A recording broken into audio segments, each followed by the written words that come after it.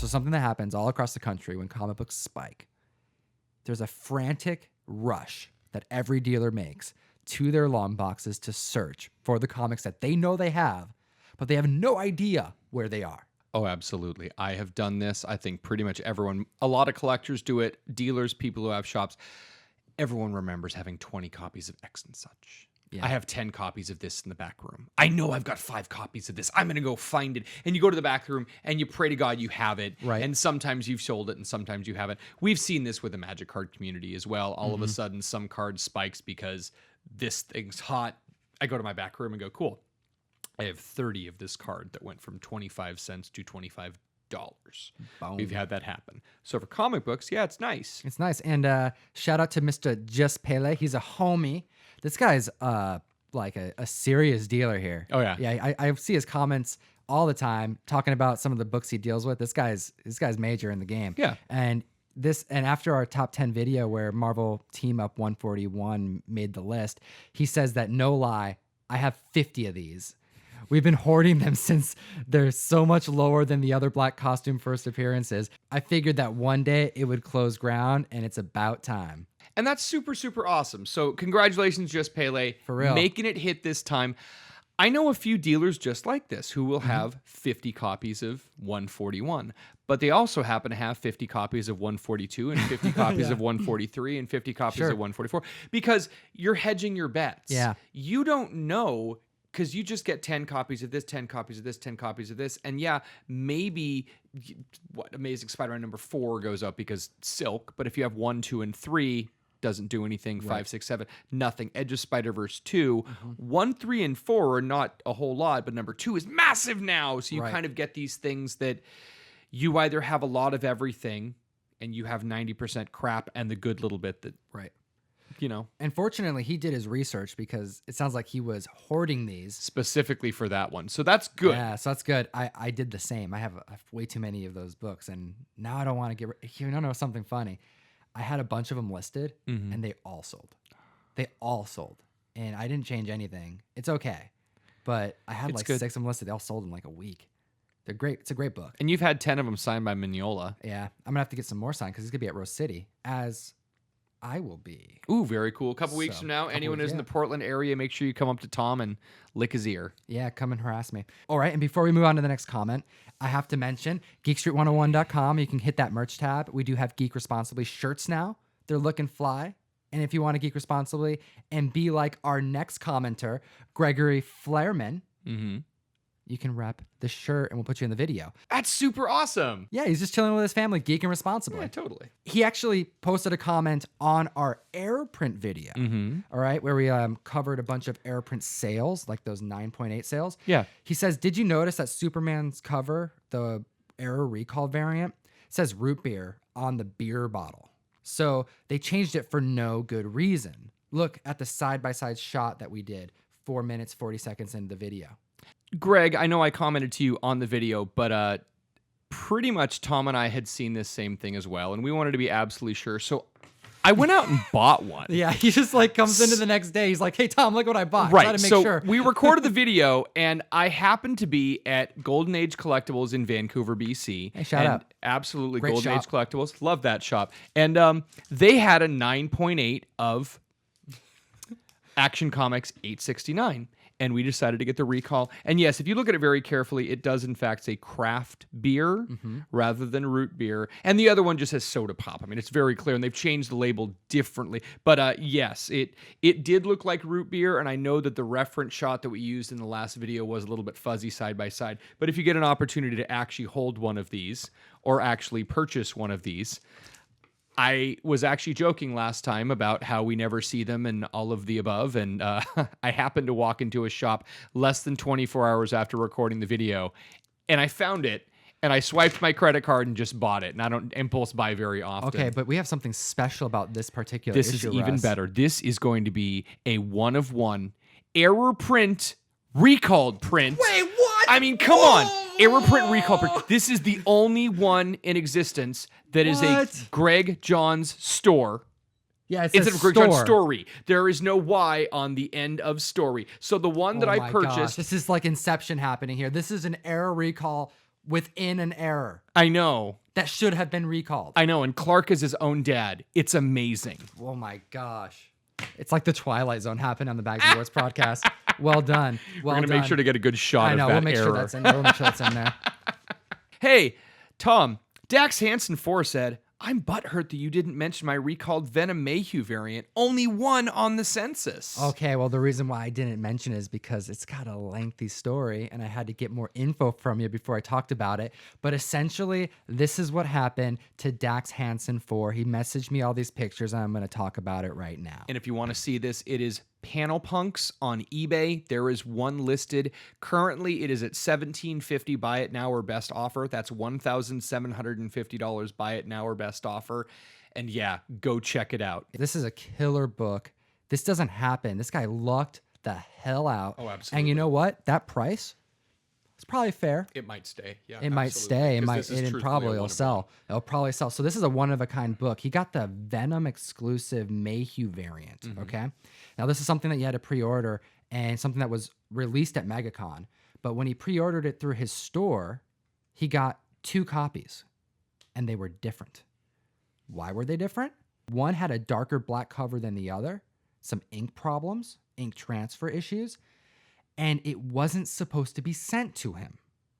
They accidentally sent him the book that they were supposed to throw away. So he got 2 copies of the book. One of them, the error print, never even made the shelf. So he had an opportunity to get a new one, and he messaged me about this. He says, hey, Tom, I have this book, and they sent it to me on accident, but they're saying that I can get another copy if I show that I destroyed it by tearing it. Should I get another copy? My response, no. Slab it. It should already be slabbed. Get it slabbed. And sure enough, he got this back. Only one on the census showing as this error print copy. Yes, the CGC label actually says recalled edition. It is a Census 1. There is 1 graded at 9.6. Oh my gosh. And because they asked him to destroy it and he didn't destroy it, this may very well be the only copy of this book you are ever going to see. And my favorite thing about the correspondence between Tom and Dax was that he says, WWTD, what would Tom do? And Tom's like, keep it. It was so cool. But yeah, it's very true. So like, well done, Dax. I'm glad you took the advice and you have the only one on the census. And I really hope that you sell that book. It's a cool book. Yeah. I'm super jealous, but you know what? You deserve it because you did the right thing there. Definitely. Damn, you did the right thing. That's so cool. It's so cool. All right. I want to read this really cool comment here. This is from Sith AF2. Now, he mentions that he has a neighbor, an elderly lady who needed help moving some furniture. And apparently she lost her husband, like, it sounds like recently. And he said that he went over there. Long story short, was like having dinner with her. She made him a cooked meal. And got to talking, and he mentioned comic books. And he says here, she gifted me a short box of comics that belonged to her deceased husband. This box was loaded with Marvel keys, ASM 360 to 364, Secret Wars 8, First Silk, First Apocalypse, First Archangel, First ASM 300, First Shadow King, First Gambit, First Jubilee, First Dark Phoenix, First Green Goblin, and several more. Man, I was left speechless.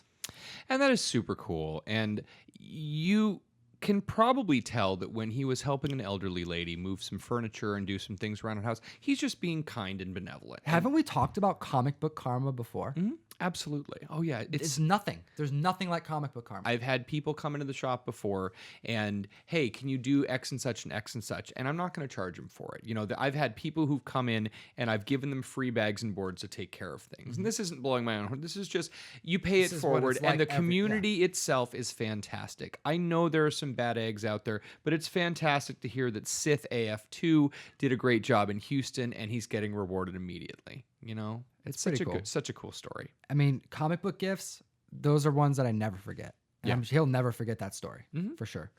So we had another comment that was over on the recalled videos one. Ryan Jackson asked, what about the Spawn #1 color error or Malibu Sun 13 color error? Both go for higher prices than any of the ones mentioned on this list. And I said, Tom has experience with both of these. So Tom, why don't you tell us a little bit about these variants and why they weren't mentioned on our video? Ooh, it's a really good question. I mean, there's other variants that are more expensive than the ones that we talked about. I mean, the #1 went for $1,000. There's variants that go for much more than $1,000, recalled ones specifically. Yeah. But that's not what the video was about. The video is about 9.8 graded slabs because that's going to show you the height of the market for that particular book. Right. And we are talking about the most highest graded sales. And that's why that video was made. And that's why it didn't make the list. But that Spawn is an awesome book. Oh, yeah. That arrow print, that green back, I've had a few of them. I was buying those out a long time ago. You were ahead of the curve on this one. I mean, this is the type of thing that you brought it to my attention. I'm looking at it going, these are super cool. I've never seen one of these before. And then as I did more research, I realized how rare it was. And the fact that I was holding 3 of them that you had. I'm like, hey, I got it's like, cool. Tom owns 3 of these and doesn't have them anymore. They're sold now. Yeah, But I got that green one graded. That one sold quick. Yeah. But it's a cool book. And I think it's a good example of a book of, I mean, Rust it's kind of argued in the community, that Rust appearance versus the Malibu Sun appearance, which being the first of Spawn. But you're right. Like you said it right there. You hold that Malibu Sun, it's a cooler book. Right. It looks awesome. It looks so like one-off because like that was a free book that was given out. yeah. Right? Yeah, no, Rust was something you had to pay for. The print run is low, but the Malibu Sun Lower stuff, than Malibu Sun. lower. I mean, what is it? It's 10,000 numbered books, so, isn't it? yeah. I mean, it's actually really low. But the Malibu Sun was a free thing that they handed out to people who were reading Sludge, who were reading Hardcase, who were reading Nightman. So All that pre-image stuff. yeah, these Malibu comics. Well, here's an ad for Spawn, this thing that's going to be coming out on Image sometime soon, and it's just an error. And you can imagine that since it was a promotional item, a lot of people would have ripped them up, or a lot of people would have read them and not taken care of them because it's not as nice as an actual comic book. It's the type of thing that would just get thrown away as a promotional item. Exactly. Very good book. Yep. I missed those. I gotta get some more. All right, and then we have a comment from Howlett Corpse. He says, I wonder if the spec boom is helping comics. We all know what happened after the last spec boom of the 1990s. Now, this is a really good question I'm going to pose to you, Russ. What's the difference between what's happening then and what's happening now? And could we be seeing a comic bubble? So yeah, I actually did respond to this in line on the YouTube video, but I wanted to expand a little bit. I think my comment was something along the lines of, in the mid 90s, 500,000 comics per was a normal thing. We are literally using Turok Dinosaur Hunter #1 as a coaster. Yeah, right I now. needed. We got a new table, and I'm like, guys, we're gonna keep this table nice. We're using coasters, and I just broke out a bunch of Turok So we're using #1s. Turok because there I are, have 60 of them right there. there were a lot of books that from the 90s they overproduced. And we know that the speculation bubble in the 90s was driven by collectors who didn't know what they were doing in a market that was completely and totally unseen. So a lot of the stuff that we saw was lenticular covers, glow in the dark, scratch and sniff, all of these things that people were kind of really gimmicky, or something to the effect of, we killed Superman, we broke Batman's back, these big things are happening, and they would produce so many copies because they knew that there would be people who would Buy them in bulk. buy 100 copies of X and such Yeah. to be able to get the one variant. We're still seeing variants like that, 1 in 10, 1 in 25, 1 in 100. We have variants that are 1 in 1,000, and yes, people are buying 1,000 of them.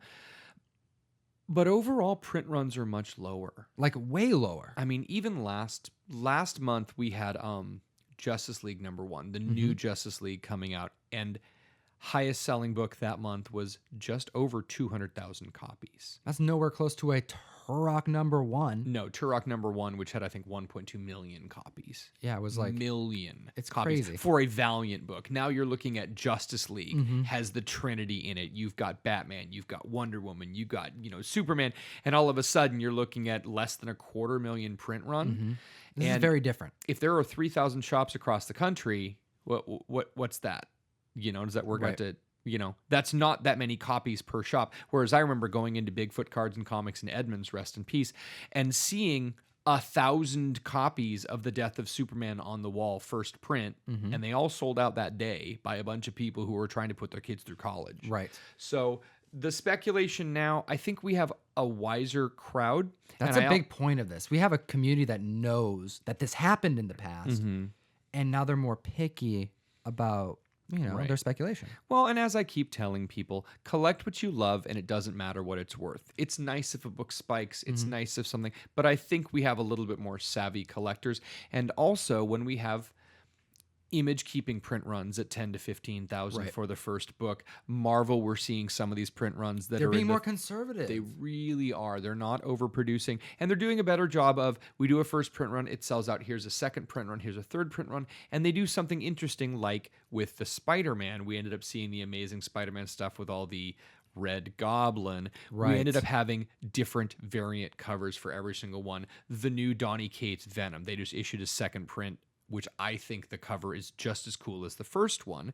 And they are going to make the second and third prints as desirable. If you're a reader and want to pick up a later print copy, it's an incentive because you can still get it at a good price, but because the cover art is different, it still adds a layer of collectability without going, we made 500,000 copies and don't really care about that. And the community doesn't know if those second prints or third prints are going to be worth money. I mean, I think of Batman New 52. Look back at those prints. You got a fifth print that's worth more than a second, third, and fourth print. Right. So, there is still this added layer of, what could be and what could happen. But it's with a smarter crowd. It's with a knowledgeable crowd, a crowd that knows what's happened in the past. Still understand your limits, different. though. I mean, don't go out and buy 100 copies of every single book that comes out, because you'll just have a warehouse of paper. I mean, you have to be selective, and the stuff that you want to buy, enjoy. Make sure you're liking it. That's the big thing. Shout out to Egg Salad, repping the Geek Responsibly shirt with Rob Gilroy. That is super cool. That Rob Gilroy just released Farmhand #1. You can see it in the picture. He's It's getting awesome. his Farmhand signed. It's so good. And he also got a great photo with Humberto Ramos. Oh, how cool is that? It's so nice, and he is definitely geeking responsibly. Oh, enough said. Thanks so much for watching the video. I'm actually going through a bunch of comic books to get graded right now, trying to figure out what I'm bringing to Portland, because I'm going to be there at Rose City September 8th. If you find yourself in the area, if you're at the convention, hit me up in the DM and we can meet up. I'm going to have a bunch of comic books to give away.